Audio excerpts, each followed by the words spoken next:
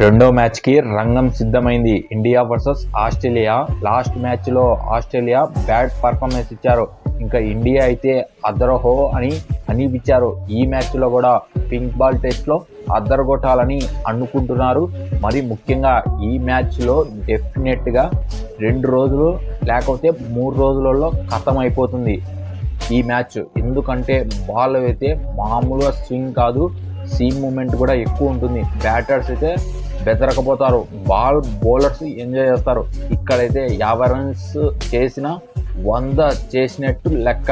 ఎందుకంటే చాలా కష్టం. ఇక్కడ బాల్ కిక్కు ఎక్కువ స్పీడ్ వస్తుంది.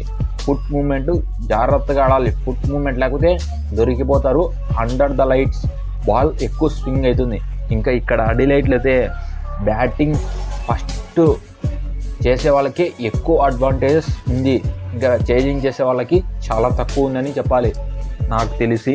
ఇంకా 2 టీమ్స్లో ఏమైనా మార్పులు ఉంటాయంటే ఏం మార్పులు ఉండవు. టీమిండియాలో హిట్ మ్యాన్ ఈస్ బ్యాక్. ఇంకా ఇటుపక్కల చూస్తే బోలాండ్ వచ్చేస్తాడు హెజిల్వుడ్లో. ఒక్కసారి చెప్తాను టీమిండియా వైపు. ఫస్ట్ రోహిత్ శర్మ 6th ప్లేస్లో ఆడతాడు. నేను ఒక్కటే చెప్తున్నా, రోహిత్ శర్మ ఎక్కడైనా అన్ని భయ, ఓపెనర్గా ఆడిని, వన్డౌన్ అయినా ఆడిని, లేకపోతే 6th ప్లేస్లో అయినా ఆడిని. నాకు ఒకటే ఏంటంటే అతను బ్యాటింగ్ చేసే చాలు. 100 కొట్టు, 90 కొట్టు, 50 కొట్టు, ఒక్క బాల్ ఆడితే చాలు. అతని ఎన్ని రన్స్ అయినా కొట్టి అదే నాకు సంతోషం. మీరు ఎలా అంటే మీరు కూడా తెలపండి. అతని ఆడితే చాలనుకుంటున్నారో, సెంచరీలు చేయాలని అనుకుంటున్నారో అది సెకండరీ నాకు తెలిసి. First KL Rahul, Jaiswal is fix.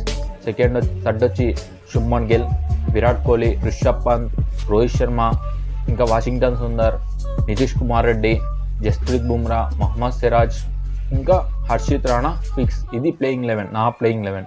ఇంకా వీళ్ళ ప్లేయింగ్ 11 చెప్తాను. ఆస్ట్రేలియా ఒకటే బోలాండ్ వచ్చేస్తాడు హెజిల్వుడ్లో. ఇంకా మిగతా వాటిని ఉంటుంది. ఒకసారి చెప్తాను.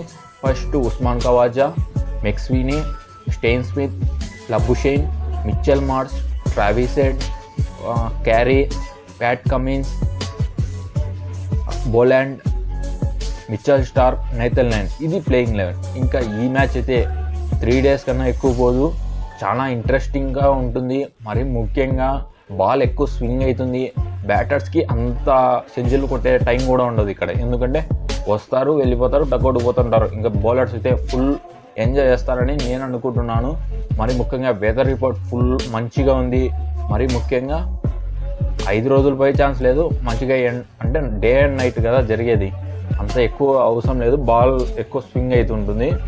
ఇంకా ఇలా రికార్డు ఉంది. ఇంకా బ్యాటిల్ చెప్పాలంటే Steven Smith versus Jasprit Bumrah, ఇది ఒక టాప్ మోస్ట్ బ్యాటిల్ అని చెప్తాను. ఉస్మాన్ ఖవాజా వర్సెస్ ఇంకా మొహమ్మద్ సిరాజ్, ఇది ఒక బ్యాటిల్. ఇంకా రోహిత్ శర్మ వర్సెస్ మిడిల్లో ఉండేది మిచెల్ స్టార్క్ లేకపోతే ప్యాట్ కమిన్స్. ఇంకా ఓపెనర్గా జైస్వాల్ వర్సెస్ మిచెల్ స్టార్క్ లేకపోతే ప్యాట్ కమిన్స్, ఇది బోలాండ్. ఇది విరాట్ కోహ్లీ వర్సెస్ బోలాండ్, ఇది టాప్ మోస్ట్ బ్యాటిల్స్.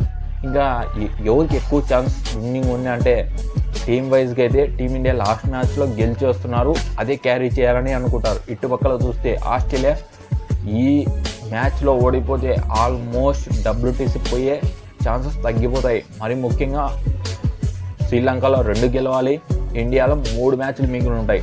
3 మ్యాచ్ ఇప్పుడే ఓడిపోతే కాన్ఫిడెన్స్ ఉండదు. దానివల్ల పాయింట్స్ టేబుల్లో చాలా ఎఫెక్ట్ అవుతుంది. టీమిండియా కూడా చాలా ఇంపార్టెంట్ మ్యాచ్ అని చెప్పాలి. ముఖ్యంగా నాకైతే ఎవరు గెలుస్తారో నాకైతే తెలియదు. 2-3 daysలో ఖతం అయిపోతుంది మ్యాచ్. మీరు ఎవరు గెలుస్తారో కామెంట్ బాక్స్లో కామెంట్ చేస్తే నాకు కూడా తెలుస్తుంది. మరొక వీడియోతో మళ్ళీ కలుసుకుంటాను. Thank you.